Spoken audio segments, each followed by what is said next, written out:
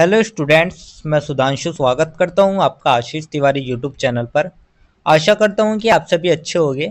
मैं इस चैनल के माध्यम से आप सभी के लिए लेकर आया हूं एक वीडियो लेक्चर सीरीज जो बेस आपके बीए प्रोग्राम के थर्ड सेमेस्टर के जनपद्य साहित्य लोकनाट्य विशेष नाम की एक इम्पोर्टेंट किताब पर, जो कि आपका डीएससी 6 मेजर पेपर का सब्जेक्ट है। तो स्टूडेंट, अगर आप ड्यू, सोल, रेगुलर या किसी और यूनिवर्सिटी से सब्जेक्ट पढ़ रहे हैं तो ये सीरीज आपके लिए बहुत ही उपयोगी साबित होने वाली है, क्योंकि इसमें हम हर चैप्टर को सिंपल भाषा में समझेंगे, इंपॉर्टेंट कॉन्सेप्ट्स को ब्रेक डाउन करेंगे और एग्जाम पॉइंट ऑफ व्यू से भी डिस्कस करेंगे। तो स्टूडेंट, अगर आप DU, SOL, regular, NCWEB and other किसी के भी सब्जेक्ट को समझना चाहते हैं आसानी से, तो चैनल को सब्सक्राइब जरूर कर लीजिएगा, वीडियो को लाइक कर लीजिएगा और अपने दोस्तों के साथ शेयर करना ना भूलें। एंड सोल से रिलेटेड डेली अपडेट्स के लिए आप सभी हमारा व्हाट्सअप चैनल फॉलो कर लीजिएगा। तो चलिए शुरू करते हैं। मैं आपका स्वागत करता हूं बीए प्रोग्राम के थर्ड सेमेस्टर के जनपद्य साहित्य लोकनाट्य विशेष सब्जेक्ट के यूनिट नंबर थर्ड के चैप्टर नंबर 4 के इस वीडियो लेक्चर में। इससे पहले की वीडियो में हमने यूनिट नंबर सेकंड के इम्पोर्टेंट टॉपिक डिस्कस किए थे, और आज की वीडियो में हम यूनिट नंबर थर्ड के चैप्टर नंबर 4 विदेशी भिखारी ठाकुर के बारे में डिस्कस करेंगे। तो स्टूडेंट सोचिए, एक पत्नी अपने पति तक का सालों तक इंतजार करती है, आंखें आसमान पर टिकी रहती है कि शायद आज वो लौट जाए, लेकिन उसका पति रोजगार की तलाश में परदेश जाकर दूसरी दुनिया में खो जाता है। तो यही है हमारी विदेशिया, भोजपुरी का वो लोकनाट्य जिसने लाखों दिलों की पीड़ा को आवाज दी।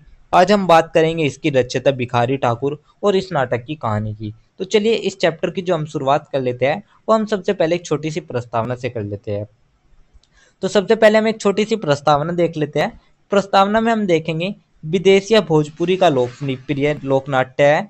इसके रचयिता भिखारी ठाकुर को भोजपुरी के शेक्सपियर कहा जाता है। तो विदेशी जो है वो हमारे भोजपुरी का लोकनाट्य है, सबसे प्रसिद्ध लोकनाट्य है भोजपुरी का। तो इसके जो रचयिता है वे भिखारी ठाकुर जी है। तो भिखारी ठाकुर जी को लोग प्यार से लोग भोजपुरी के शेक्सपियर भी कहते हैं। तो इसमें प्रवासी मजदूरों के जीवन और समाज की समस्याओं को दर्शाया गया है। यह केवल नाट्य नहीं बल्कि समाज का दर्शन है। तो ये जो विदेशी नाटक है, इसमें प्रवासी मजदूरों का दर्द, परिवार की टूटन और जो औरतों के त्याग है उसको गहराई से दिखाया गया है। और ये जो विदेश है, ये सिर्फ एक नाटक ही नहीं है बल्कि एक समाज का दर्पण भी है, एक समाज का आईना भी है। तो ये तो हमारी एक छोटी सी प्रस्तावना हो गई।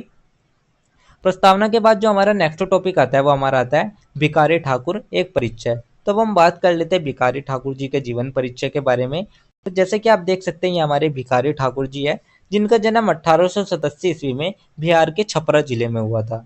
तो बिहार का एक छपरा जिला है, उसमें 1887 ईस्वी में भिखारी ठाकुर जी का जन्म हुआ था। शिक्षा थी इनकी औपचारिक शिक्षा नहीं, परंतु लोक संगीत और नाट्य की गहरी समझ। तो औपचारिक शिक्षा तो इनको कम थी, लेकिन जो लोक संगीत और नाट्य है उसकी इनको एक गहरी समझ थी। तो वे कवि, गायक, अभिनेता और समाज सुधारक रहे थे। इनका जो योगदान रहा वो रहा भोजपुरी लोकनाट्य को राष्ट्रीय पहचान इन्होंने दिलाई। उन्होंने अपनी जो उनकी कला थी उसके जरिए उन्होंने महिलाओं, दलितों और गरीबों की समस्याओं को भी मंच पर लाया। साथ ही वे समाज सुधारक, कवि, गायक और अभिनेता भी रहे। उन्होंने स्त्री और दलितों और गरीबों की समस्याओं को मंच पर लाया, और उनकी जो प्रमुख रचनाएं, उनकी जो प्रमुख कृतियां है उसमें विदेशिया, गबर किशोर, भिखारी ठाकुर की कविताएं, ये सभी इनके प्रमुख रचनाएं हैं।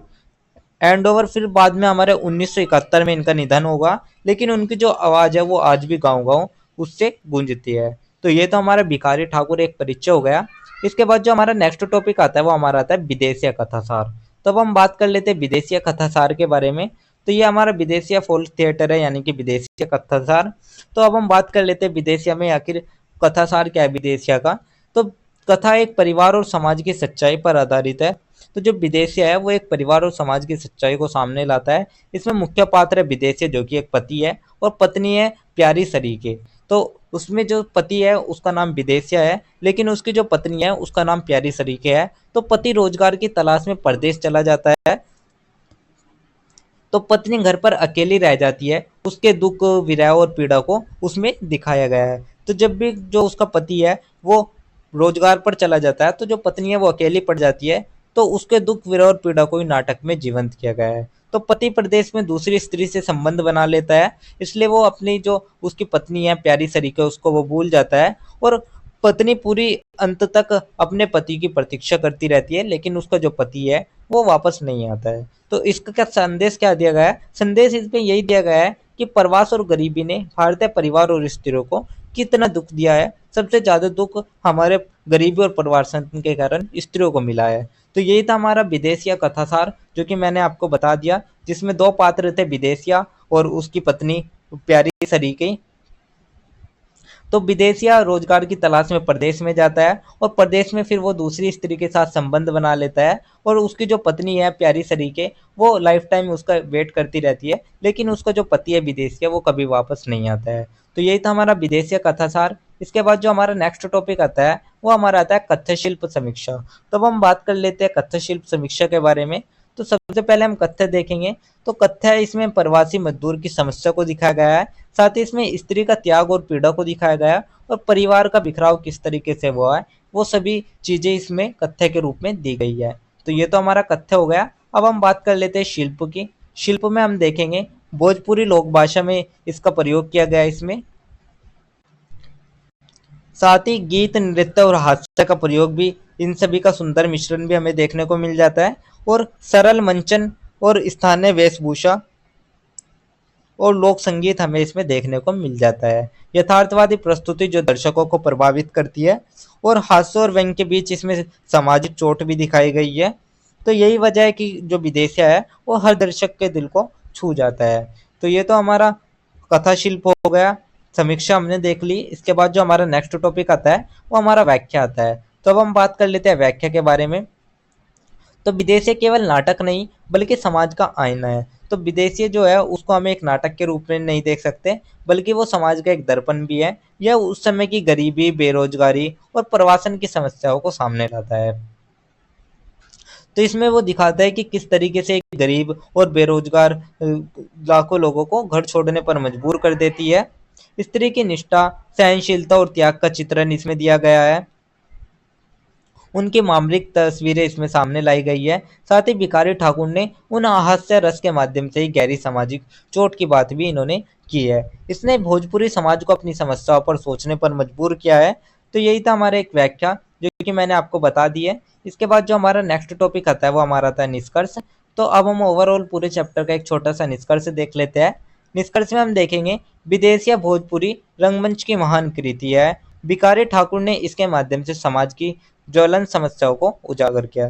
तो जो विदेशिया है वो सिर्फ हमारा एक नाटक ही नहीं है, बल्कि वो भोजपुरी रंगमंच की एक महान कृति है। तो भिखारी ठाकुर जी ने इसके माध्यम से जो समाज की ज्वलन समस्या है उनको उजागर किया है। साथ ही उन्होंने इसमें लोक जीवन, लोक भाषा और लोक संगीत का सुंदर मेल भी, एक अनोखा मेल भी इसमें दिया है। तो आज भी यह जो नाटक है ये बिहार, यूपी और प्रवासी भारतीयों के बीच उतना ही लोकप्रिय माना जाता है जितना वो अपने समय में था। तो विदेशी हमें यही याद दिलाता है कि लोकनाट्य केवल मनोरंजन ही नहीं है, बल्कि समाज सुधार और जागरूकता का भी वो एक साधन है। तो स्टूडेंट, विदेशी हमें यही सिखाता है कि कला केवल मंच तक सीमित ही नहीं होती है, बल्कि समाज की पीड़ा और सच्चाई को भी सामने लाने का एक जरिया होती है। तो यही कारण है कि जो भिखारी ठाकुर है उनको लोग आज भी भोजपुरी का शेक्सपियर कहते हैं। तो यही था हमारा एक छोटा सा निष्कर्ष, जिसके साथ हमारा यूनिट नंबर थर्ड का चैप्टर नंबर 4 भी कंप्लीट होता है, और साथ ही हमारी यूनिट नंबर थर्ड भी कंप्लीट होती है। क्योंकि यूनिट नंबर थर्ड में हमारा एक ही चैप्टर था, चैप्टर नंबर 4, जो कि मैंने आपको बता दिया है। तो यही थी हमारी थर्ड यूनिट। इसके बाद जो हमारी नेक्स्ट यूनिट रहने वाली है वो हमारी लास्ट यूनिट रहने वाली है, यूनिट नंबर 4, जिसमें हम लास्ट चैप्टर, चैप्टर नंबर 5 के बारे में डिस्कस करेंगे। तो यही थी हमारी थर्ड यूनिट, जिसके इंपॉर्टेंट टॉपिक्स मैंने आपको शॉर्ट्स में एक्सप्लेन कर दिया है। तो अगर किसी भी स्टूडेंट को ये पीडीएफ या नोट्स चाहिए होंगे तो आप हमारा टेलीग्राम चैनल को ज्वाइन कर लीजिएगा, वहाँ आपको ये पीडीएफ या नोट्स मिल जाएंगे। एंड अगर किसी भी स्टूडेंट का किसी भी तरह का कोई भी डाउट या किसी भी तरह की कोई भी क्वेरी होती है तो आप हमारे कमेंट सेक्शन में या हमारे इंस्टा पेज को फॉलो करके भी पूछ सकते हैं।